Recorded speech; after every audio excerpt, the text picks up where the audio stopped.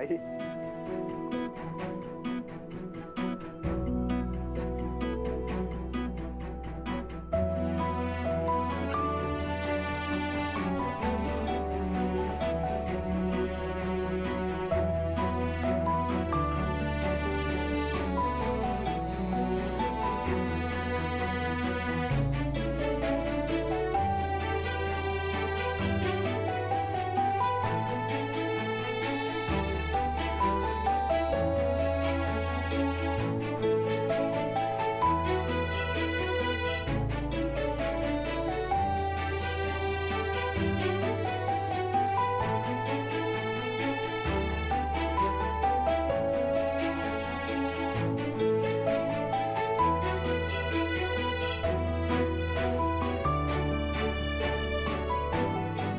काकी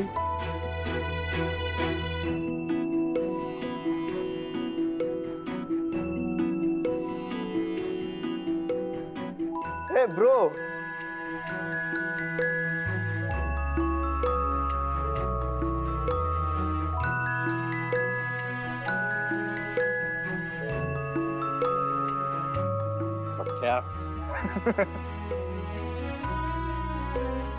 गायत्री दादा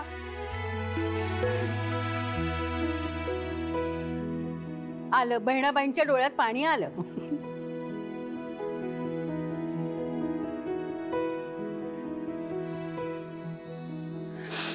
रडू नकोस.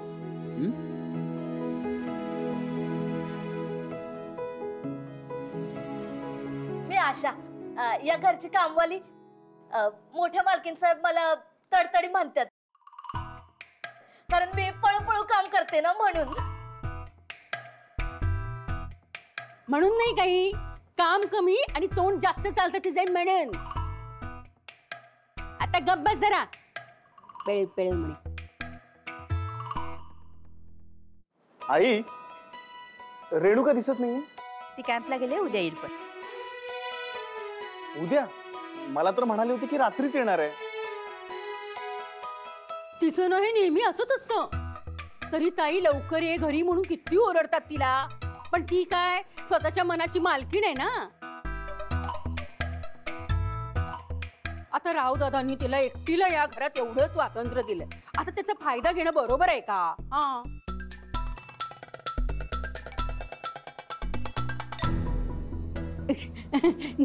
तशी रेणुकाला ना रावदादांच्या प्रेमाची आणि या घरातल्या माणसाची ना खूप जाणीव आहे.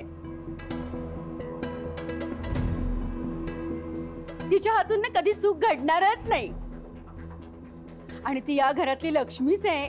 तिच्या जन्मानंतर तिच्या पावलांनीच या घरात वैभव आलं.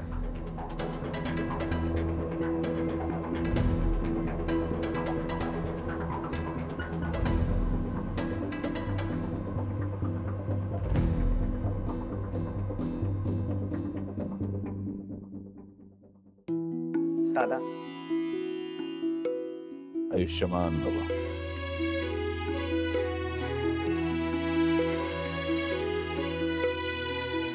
सारंग, हातपाय धुवून घे, कपडे बदल. भूक लागली असेल ना, लगेच जेवायला वाढते.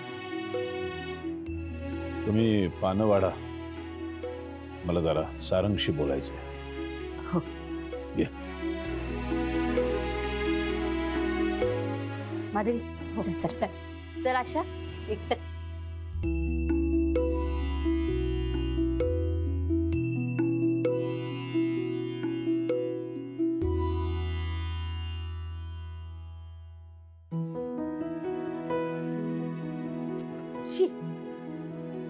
गेला तू. आजी तुम्ही त्यांना उद्या पण भेटू शकता. पण आपल्याला कोणी पाहिजेत, आपण तुमच्या खोलीत गेलं पाहिजे. असं म्हणतेस? चला चल.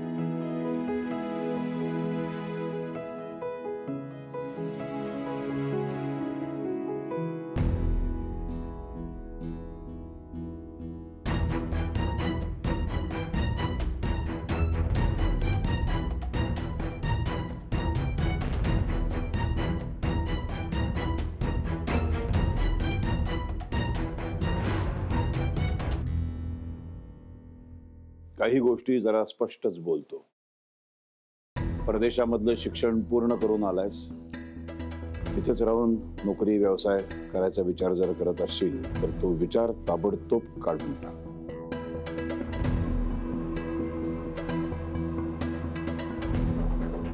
म्हणजे तुझ्या शिक्षणाचा तुझ्या ज्ञानाचा उपयोग आपल्या घरचा व्यवसाय मोठा करण्यासाठी व्हायला हवा.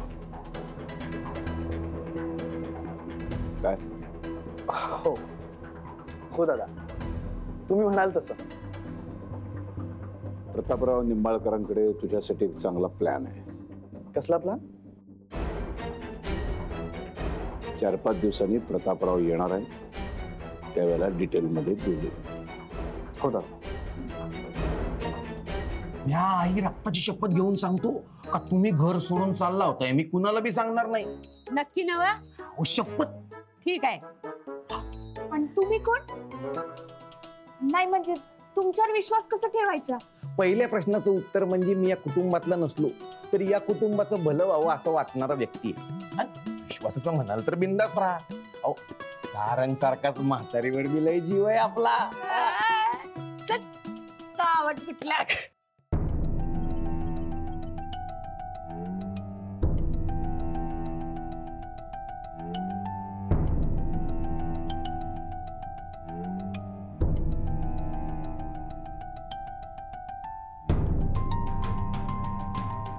आणि हा तू आता इथे आलायस तर प्रतापरावांची अरे यार काय म्हणालेस? सॉरी दादा, ते तुम्हाला नाही, ऍक्च्युली काय झालं, माझी एक बॅग त्या पप्याच्या कारमध्ये राहिली, मी घेऊन आलो.